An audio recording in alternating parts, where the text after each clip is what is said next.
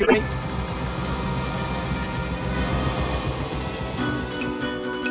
The voice of the creative economy, Vincent Heeringa with Wammo on Kiwi.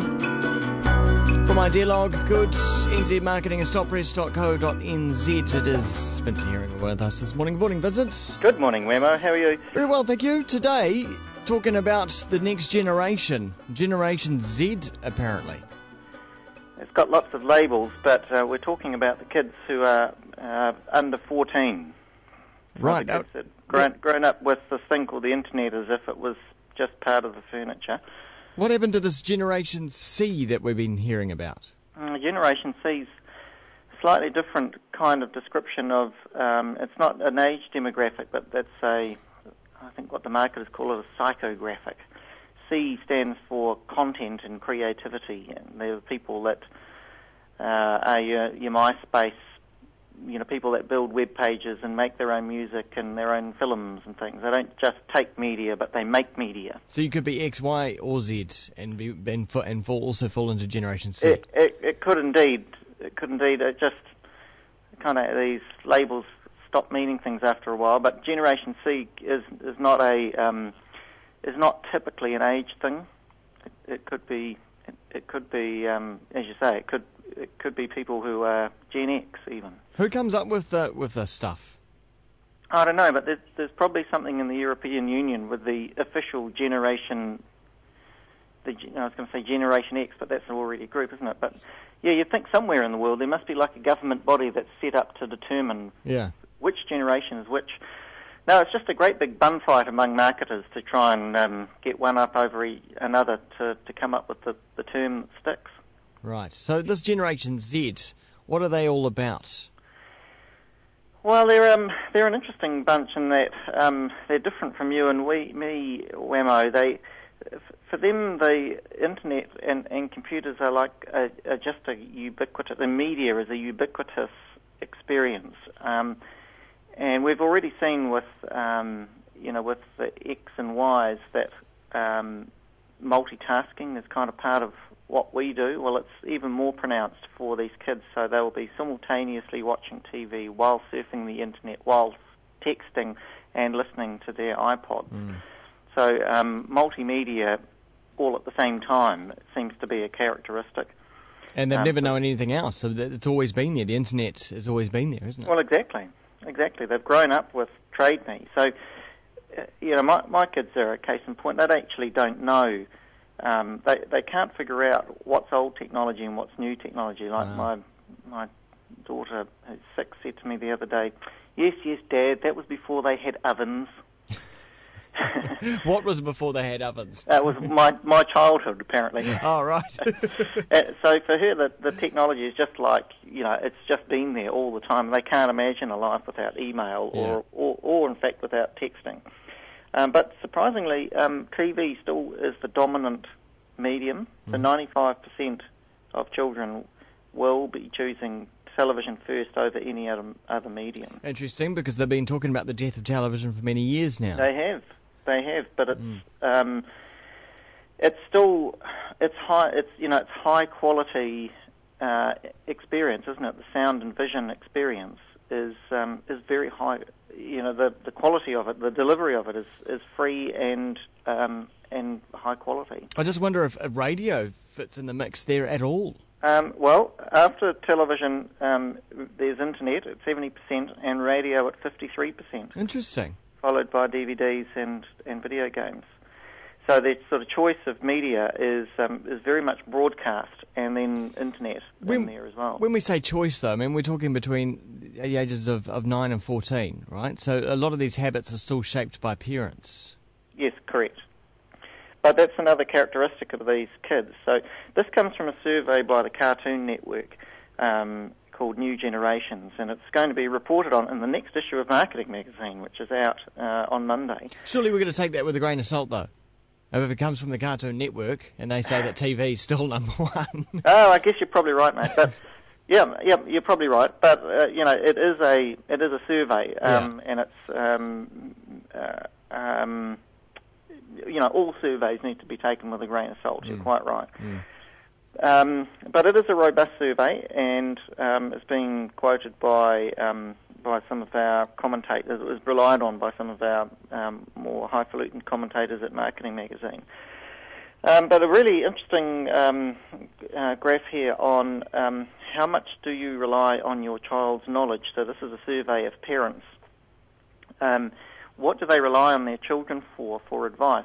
And again, one of the changes here that's noteworthy is how children are younger and younger children are involved in sort of family decisions. So one of the thinking that one of the characteristics of this generation is high involvement in decision making in day-to-day life. So while you and I were just sort of riding our bikes around the house like loons when we were kids, these guys are actually making decisions on things like what breakfast cereals are they going to get, what restaurants are they going to eat at, what sort of toothpaste, what the holiday destination. Quite high. It's like 34% of families are relying on their kids for input into which holiday destination. See, I was seen and not heard. I think was the we didn't have a choice. We were like, hop in the car, kids, we're going on holiday, are we? Where are we going? So, I think there's a much more, and the headline on it is quite right, it's 7 is the new 17. Oh, no. There you go, Wammo. No. The world's going to be run by kids. This cannot be a good thing. This cannot be good. So that's out in the next Marketing Magazine, and also out on Monday in Marketing is the results of the Marketing Awards, which happened this Friday in a very swanky event, absolutely chocker. We've run out of room for selling tickets, so we'll have just under 400 people for the Marketing Awards. And what goes on there? What when we say Marketing Awards, who's up for it? So there are about 9 categories, and we invite submissions from the marketing community. So we get hundreds of entries, and we then invite academics and professional marketers to judge along some pretty strict criteria, getting down to a group of about 20, or no, it must be more than that, it must be about 27 finalists. And it's things like Rookie Marketer of the Year, so the youngest marketer, a young marketer of the year. Right. Things like Retail Marketing Award and so on. So this is the marketing community coming together and awarding itself, patting itself on the back. Hey, talking about marketing, what do you make of the new telecom logo and new ad campaign? It's getting an interesting response on Stop Press, our online, stoppress.co.nz is our online sort of news channel for Marketing Magazine. Quite interesting debate about the quality of the logo. Mostly negative, it must be said, about the logo, but that's what designers are like. They're a miserable bunch. So, yeah. And it's it's our habit to be against telecom. It just is kind of force of nature. They're up there with the government in terms of responsibility for everything that's wrong with the world. Yes. So I think they start on a back foot. But have you seen the new ad? The ad's beautiful. The TV ad. But it does, and I've seen this written somewhere, and then having seen that written, I'm tending to agree. It looks like a Flybuys ad. Yeah, that's illustrative technique where they've got kind of imaginary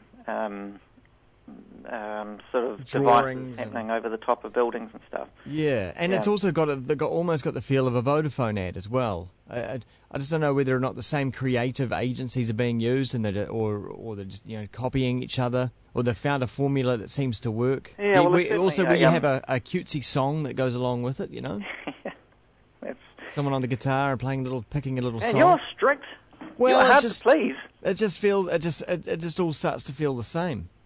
I suppose so. I mean, just coming back to the Marketing Awards, one of the key differences with the Marketing Awards as opposed to other kind of communications awards, of which there are a number, is we don't mistake advertising as marketing. And advertising is just one of the communication techniques that marketers use, but we are trying to... It's a business awards, so it's trying to acknowledge smart decision-making, business decision-making using in marketing.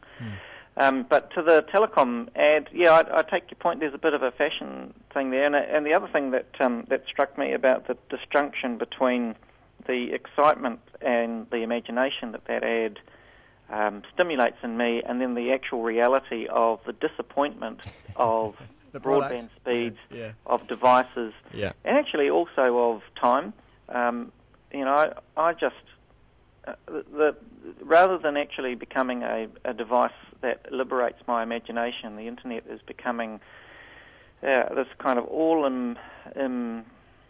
absorbing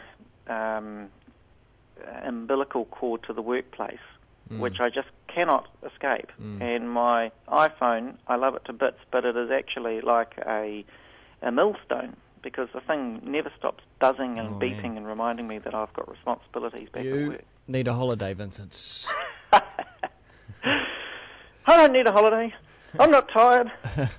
Thanks very much, Vincent. Thank you, Wammo.